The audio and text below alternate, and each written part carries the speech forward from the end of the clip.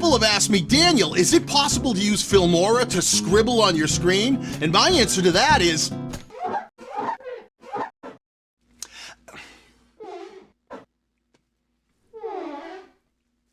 maybe. Stick around, I'll show you how. Hit the subscribe button and click the notification bell to be part of the conversation. The first thing you want to do is open up Microsoft Paint or any Photoshop type application that you might have on your computer. But you can do this with just Paint, which is one of my favorites. Now this is really similar to the Indiana Jones map animation that we did not that long ago. We're going to create an open space sized at least 1280 by 720. That's 16 by 9 in the aspect ratio. And all you want to do is select black, take your paint can and turn it black. We just want a black canvas. The first thing we want to do is save this black canvas somewhere on our computer so that we can come back to it later and use it in the project. Next, what we're going to do is select the white color, select the brush, go for the largest line we can, and then try to draw a reasonably straight line across this horizontally. That was awful. Perfect. Once you've got your line, save that as well. While we're here, let's create a dot in case we do anything like a lowercase I and need to put a dot on the top or an exclamation point. Let's save that as well. Now let's bring our black screen and our line into Filmora and bring them down into our timeline. We want to put the blank screen first and then the one with the line on it right after it on the same track. Click on the Transitions tab and then find your Erase Slide transition. Bring that down and put it right between the split of the two and stretch it out all the way. You'll remember that this reveals the line and makes it look like an actual line is being drawn across the video itself. Let's export that. And now let's open up a new project with our actual footage in it. Now in this actual project, we're going to want the footage that we filmed, the line transition that we've created, and our black screen with a dot somewhere in it. Let's bring our main footage down into the timeline. I'm going to find the area in the footage where I pretend to start drawing on the screen, and once I get there, I'm going to bring our line footage down and drop it right there. Now I want to find the spot in this line footage where it actually starts drawing, which looks like it's right there. I don't need this beginning section. Let me trim that, click on it, and delete it. And this should be drawing my line right about here. And where it ends, I can stop and trim the excess off as well. So here's my basic line footage. Now the first thing I want to do is wherever this line footage is I can't see through it because it's on black. So I'm going to double left click on that footage, and in the upper left, I'm going to choose the chroma key feature and activate it by putting a check in the box next to it. Now this presets to a green chroma key, but I have black as a background. So I'll click on the eyedropper, move over into the field of the preview window, and click in the black area. That will now remove the black and just leave this white section of line. Can you see it moving around there? Now the first thing I notice is it's moving in the wrong direction. Let's go down to the lower left and let's lock our main footage so I don't accidentally move it. And in the upper left, let's relocate and rotate this particular line so it lines up with what I was actually pretending to draw on the screen. My finger started up here. Let's see if I can align that with the tip of my finger. And as that comes down, I want that line to move with my finger. Now my finger is much faster than the line. Now this might seem problematic, but it isn't. All you need to do is right-click on that line, click Speed and Duration, and then we can increase the speed to whatever we want. 8 times as fast? Let's see how that lines up. That's much better. Can you see what's happening? But it's going too far. It should have ended right back about here. So let me left-click and grab this and shorten it.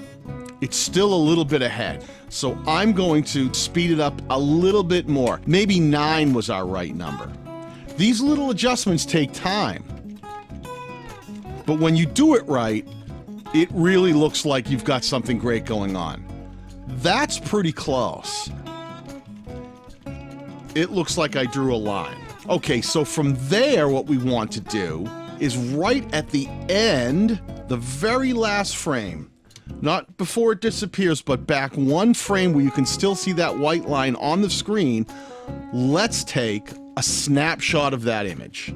And the way to do that is to shut off your main footage, click on the camera icon, and it creates a snapshot of that exact position. Let's bring that down into the timeline, and then we can turn our main footage back on. And because we took a snapshot, the same effects are applied to this snapshot, and it's already got the chroma key built in and will sit here. Do you see what we're doing here? Kind of cool, huh? And if you want that to stay even longer, you can drag it out to the very end, and that will stay as long as you want based on how long you drag that snapshot for. So we draw the line, the snapshot stays, and that line stays there. Now, one thing I noticed, let me backtrack for a second. I thought that the line that I drew was a little thin and hard to see. So when I went into that track in the upper left under the chroma key settings, I actually changed it so that the edge thickness was a little bit bigger.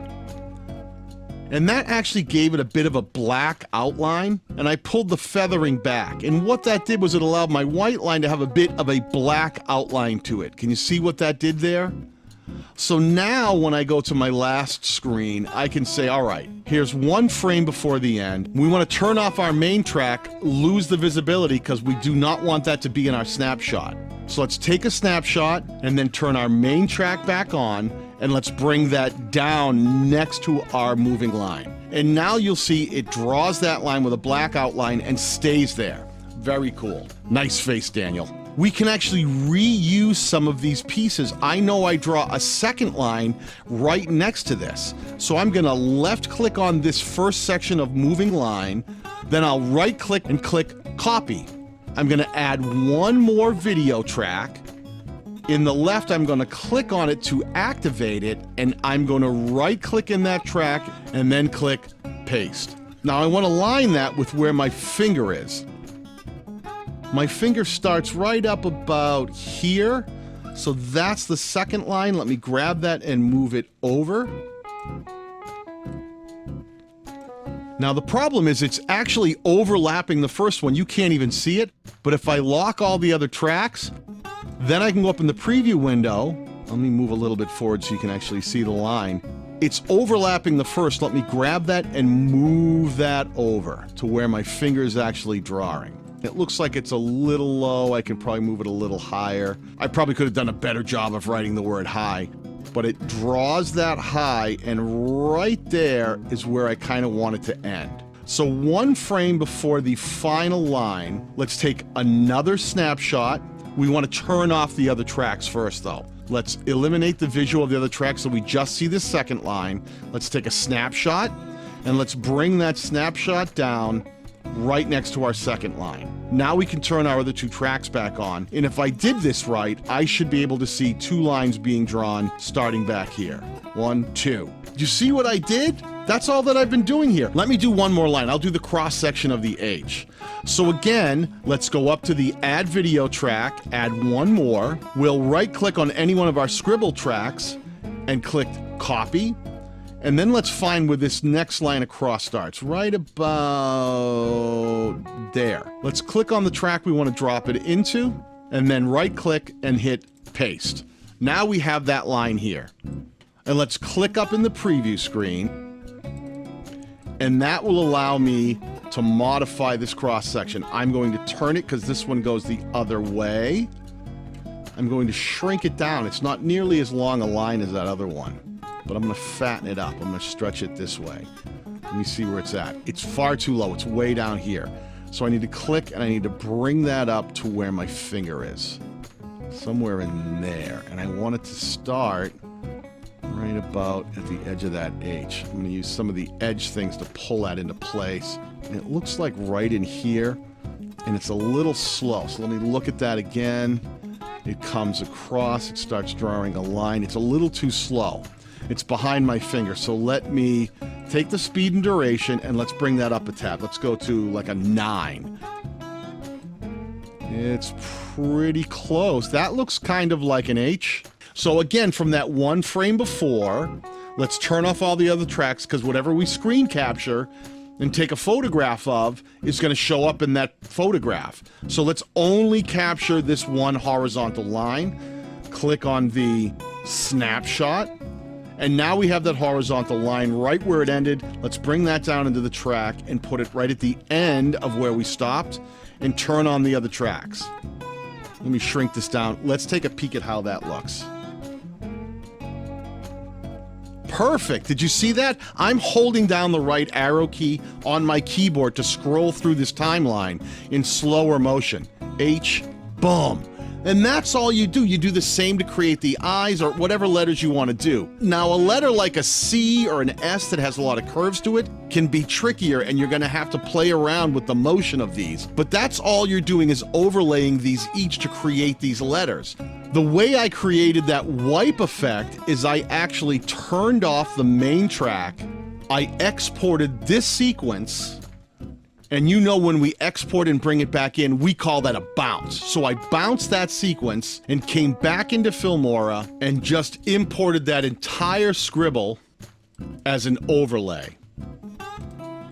Once I dropped that down in place, I left-clicked on that track and I again activated the chroma key and selected black. Now, the way I created the wipe was right where my hand starts to wipe. I actually split this footage. I deleted the second half, and up in the upper left, I brought down a sample color of black.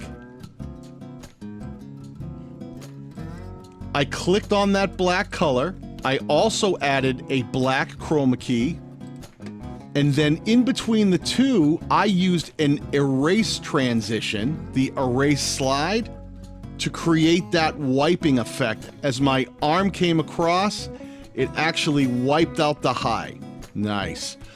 Now, I also added some squeegee sound effects to make it seem like I was actually writing on something, but you can do whatever you want at this point and really create an effect of writing on the screen that can be super convincing. If you want to learn more cool transitions and effects from Filmora, be sure to click on this video right here.